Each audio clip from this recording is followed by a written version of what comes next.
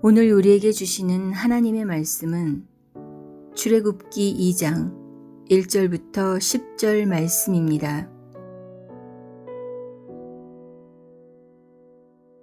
레위 가족 중 한 사람이 가서 레위 여자에게 장가들어 그 여자가 임신하여 아들을 낳으니 그가 잘생긴 것을 보고 석 달 동안 그를 숨겼으나 더 숨길 수 없게 되매 그를 위하여 갈대 상자를 가져다가 역청과 나무진을 칠하고 아기를 거기 담아 나일강가 갈대 사이에 두고 그의 누이가 어떻게 되는지를 알려고 멀리 섰더니 바로의 딸이 목욕하러 나일강으로 내려오고 시녀들은 나일강가를 거닐 때에 그가 갈대 사이에 상자를 보고 시녀를 보내어 가져다가 열고 그 아기를 보니 아기가 우는지라. 그가 그를 불쌍히 여겨 이르되 이는 히브리 사람의 아기로다. 그의 누이가 바로의 딸에게 이르되 내가 가서 당신을 위하여 히브리 여인 중에서 유모를 불러다가 이 아이에게 젖을 먹이게 하리이까. 바로의 딸이 그에게 이르되 가라 하매 그 소녀가 가서 그 아기의 어머니를 불러오니 바로의 딸이 그에게 이르되 이 아기를 데려다가 나를 위하여 젖을 먹이라. 내가 그 삭슬 주리라. 여인이 아기를 데려다가 젖을 먹이더니 그 아기가 자라매 바로의 딸에게로 데려가니 그가 그의 아들이 되니라. 그가 그의 이름을 모세라 하여 이르되 이는 내가 그를 물에서 건져내었음이라 하였더라.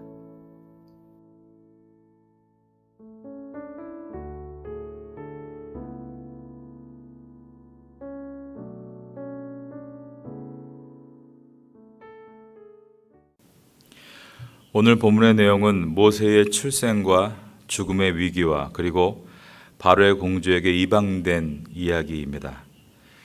1절에 보면 레위 가족 중 한 사람이 가서 레위 여자에게 장가들어 라고 되어 있는데 모세의 아버지의 이름은 레위 사람 아드람이었습니다. 그리고 아드람과 결혼한 즉 모세의 어머니는 같은 레위 사람인 요게벳이었다. 출애굽기 6장 20절을 읽어드립니다. 아므람은 그들의 아버지의 누이 요게벳을 아내로 맞이하였고 그는 아론과 모세를 낳았으며 아므람의 나이는 137세였으며 라고 되어 있습니다. 2절을 보겠습니다. 그 여자가 임신하여 아들을 낳으니 그가 잘생긴 것을 보고 석 달 동안 그를 숨겼으나 아기가 잘생겼다라고 했습니다. 잘생기다 히브리어로 토브라는 단어입니다. 이 단어가 창세기 1장에서 7번이나 연이어 나왔는데 무슨 단어였는지 아십니까? 보시기에 좋았더라. 그렇죠. 거기서 좋았더라가 바로 토브였습니다. 즉 모세가 태어난 것이 하나님께서 히브리인들을 구원하시는 것에 대한 하나님의 완전한 계획임을 강조하기 위해 토브라는 단어가 등장하고 있는 것입니다. 아므람과 요게벳은 아기를 낳고 석 달을 숨겼습니다. 숨긴 이유는 바로가 애굽인들에게 히브리 남자 아기를 발견하면 다 죽이라고 했기 때문입니다. 그런데 이제 아기가 조금 자라서 울음소리가 커지자 더 이상 집은 안전한 장소가 되지를 못했습니다.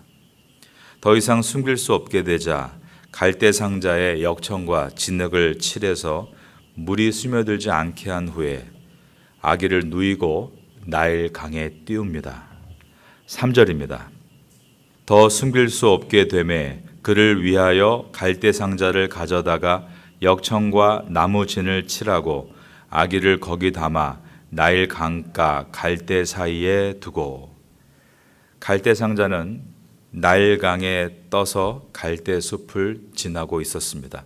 갈대 상자와 갈대가 구분이 잘 안 됐기 때문에 눈에 띄지 않게 안전하게 떠내려 가고 있었을 것입니다. 여기서 갈대 상자는 히브리어로 테바라는 단어입니다. 이 테바 단어가 아까 잘생기다 토부가 창세기 1장에서 좋았더라 였다면 이 갈대 상자 테바는 창세기에서 노아의 방주할 때 쓰였던 그 방주란 단어입니다. 노아의 방주에서 방주가 테바인 것입니다.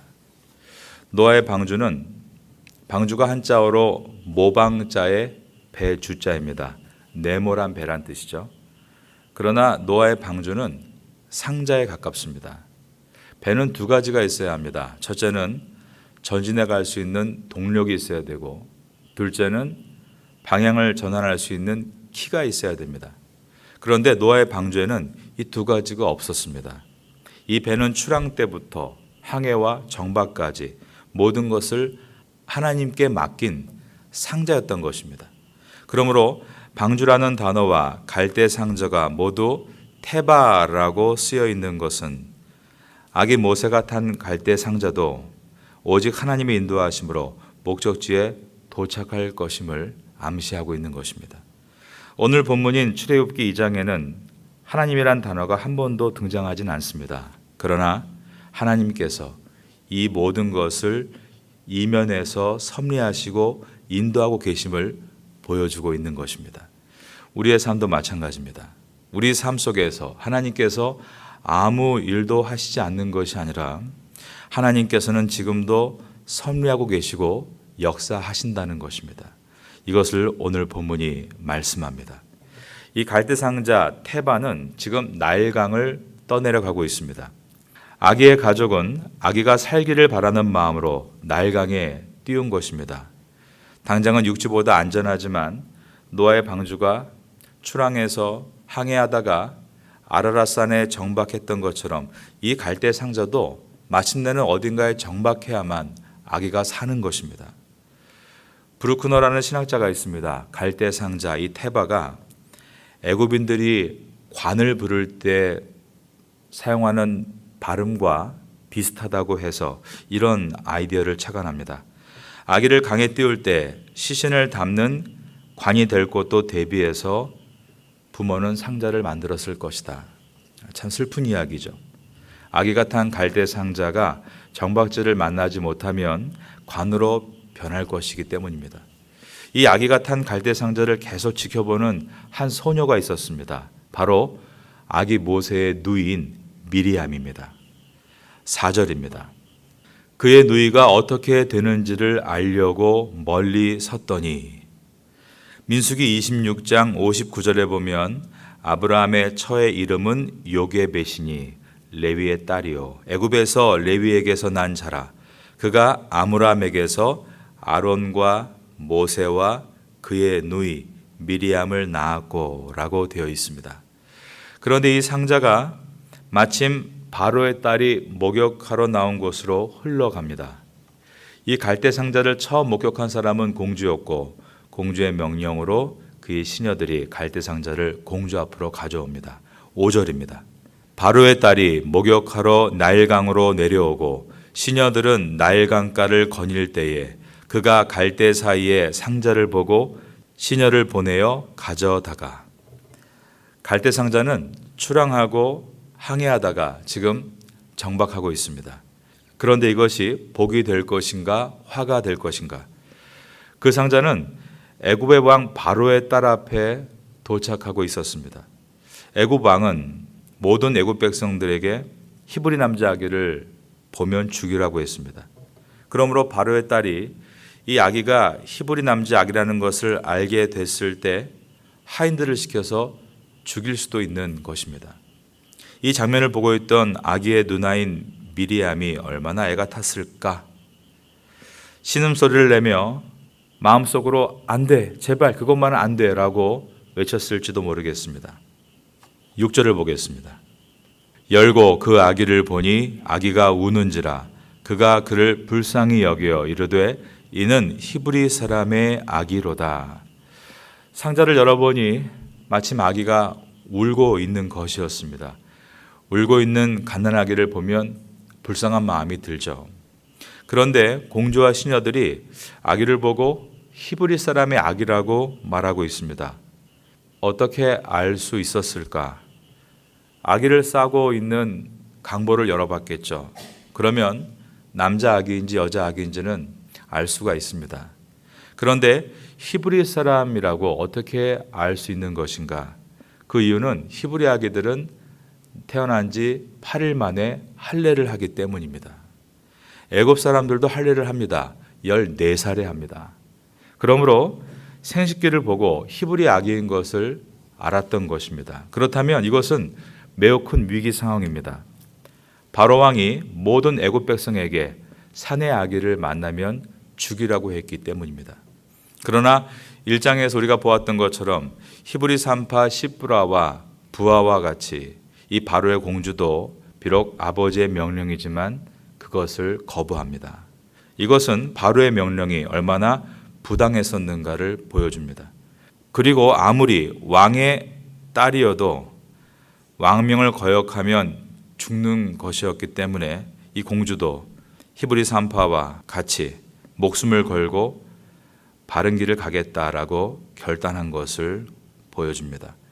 이때 아기의 누나가 살며시 가서 이 상황을 해결할 수 있는 기막힌 묘책을 제시합니다. 그것은 상황이 진전될 때까지 공주가 키울 수 없기 때문에 대리모를 소개해 준 것입니다. 그런데 그 대리모가 다름이 아닌 모세의 어머니 요게벳이었습니다. 7절입니다. 그의 누이가 바로의 딸에게 이르되 내가 가서 당신을 위하여 히브리 여인 중에서 유모를 불러다가 이 아기에게 젖을 먹이게 하리이까.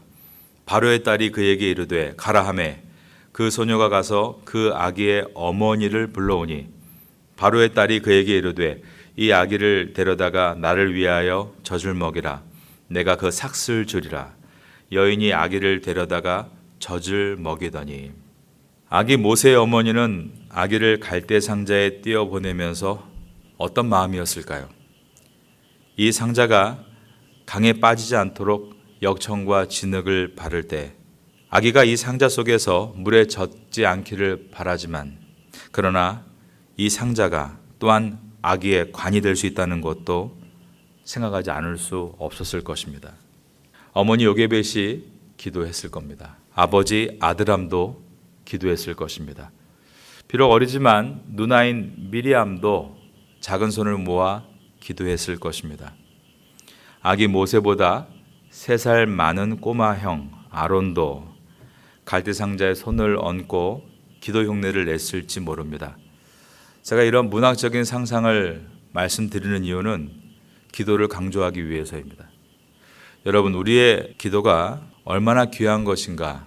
영국의 선곡의 대주교였던 윌리엄 템플이 이런 말을 했습니다. 기도하면 우연한 일이 일어난다. 그러나 기도하지 않으면 아무 일도 일어나지 않는다.